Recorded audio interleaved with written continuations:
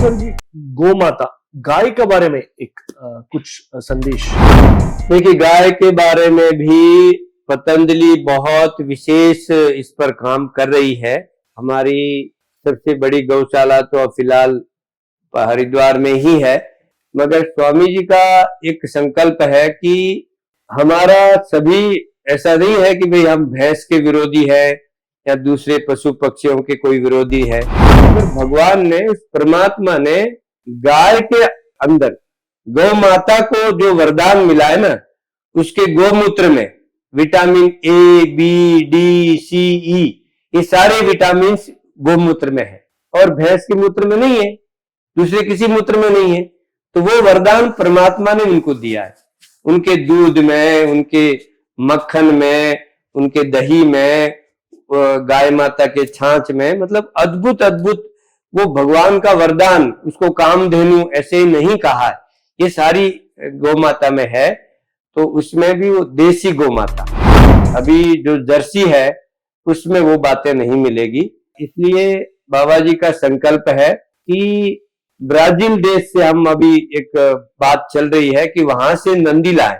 भारत की जितनी पुरानी देसी गौ माताएं थी उसमें लगभग अभी खत्म हो रही है, मगर ब्राजील देश में हमारी सभी जो पुरानी जो हमारी गौ माता की जो नस्ल थी वो सभी ब्राजील में आज भी है। इसलिए वहां से कुछ नंदी भारत को लाना है और उसके माध्यम से जो गौ नस्ल सुधार का काम करना है।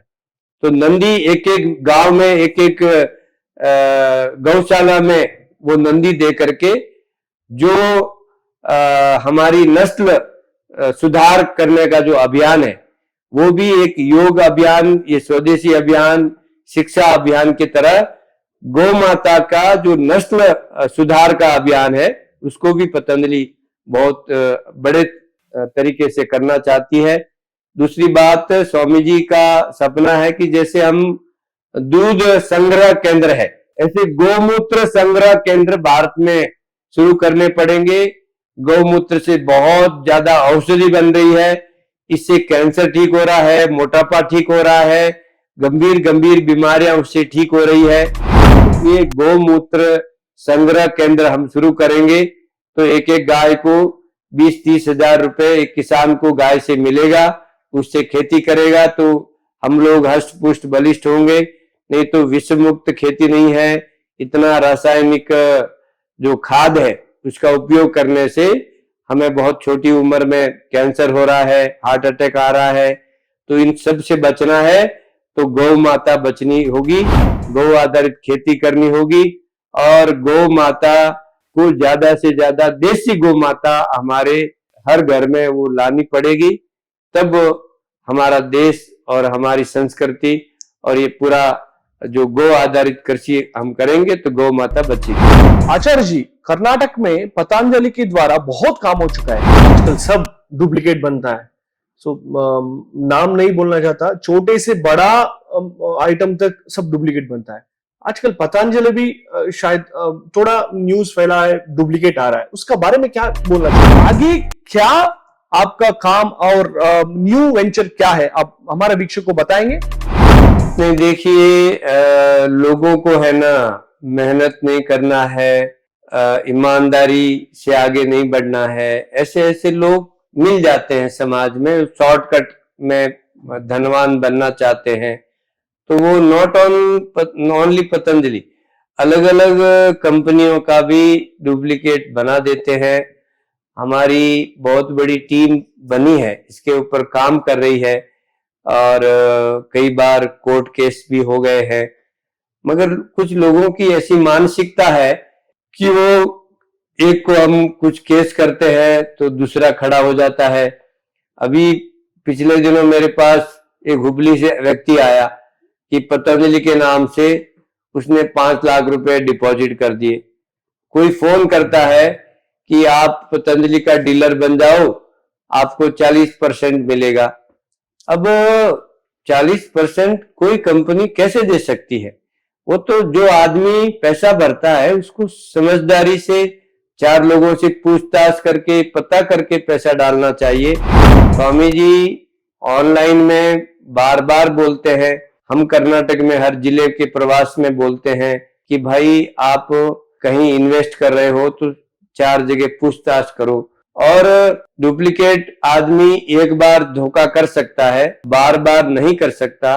क्योंकि पतंजलि के बारे में मैं कहना चाहूंगा, जो हमारा क्वालिटी कंट्रोल है, जो हमारा रिसर्च लैब है, जो हमारा अनुसंधान केंद्र है, उसमें क्वालिटी पर, गुणवत्ता पर इतना ध्यान दिया जाता है कि कोई भी व्यक्ति एक बार धोखा खा सकता है, दूसरी बार उस प्रोडक्ट को नहीं लेंगे। हम पूरे हमारे करोड़ों करोड़ों कार्यकर्ता हर गांव में निःशुल्क जो योग सिखाते हैं, उनके माध्यम से और आपके चैनल के माध्यम से भी मैं बोलना चाहूंगा, कहीं भी आपको ऐसा लगे कि पतंजलि का ये प्रोडक्ट नकली है, कृपया तुरंत आप हमको संपर्क करें, हम उस पर कार्रवाई करेंगे।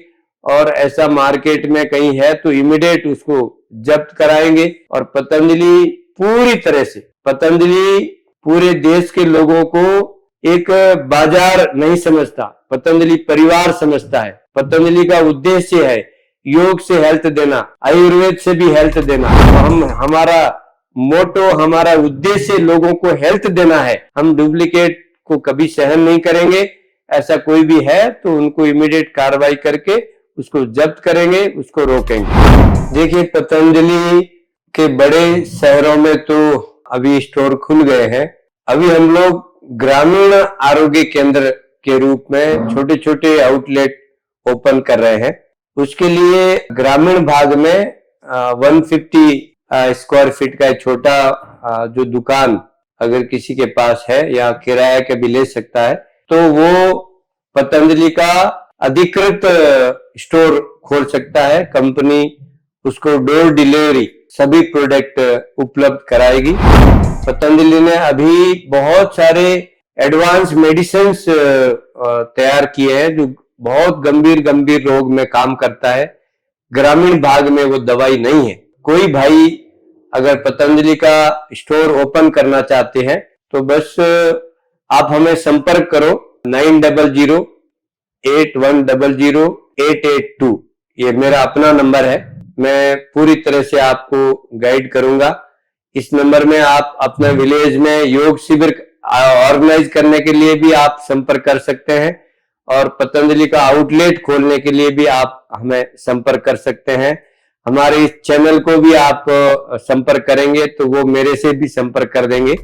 मगर अभी इस चैनल के साथ हमारी यात्रा प्रारंभ हुई है, मगर हम पूरे कर्नाटक को योगमय बनाने के लिए मीडिया पार्टनर के रूप में भी इस चैनल को हमारा सहयोगी बनाएंगे।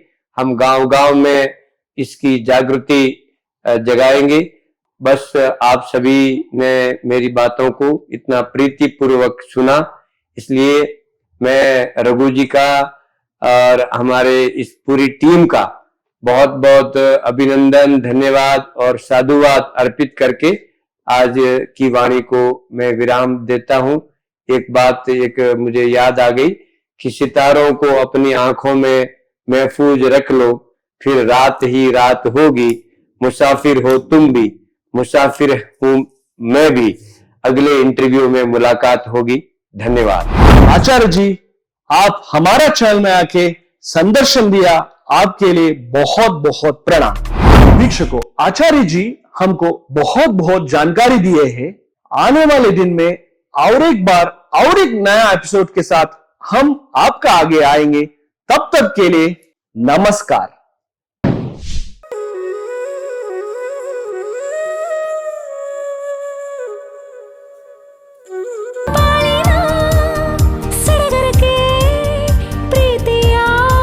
ಸಂಪೂರ್ಣ ಕುಟುಂಬದ ಜವಳಿ ಸಾಮ್ರಾಜ್ಯ ಬಾಣಕಾರ ಟೆಕ್ಸ್ಟೈಲ್ಸ್, ಬಾಗಲಕೋಟೆ ಜಿಲ್ಲೆ, ಬನಹಟ್ಟಿ.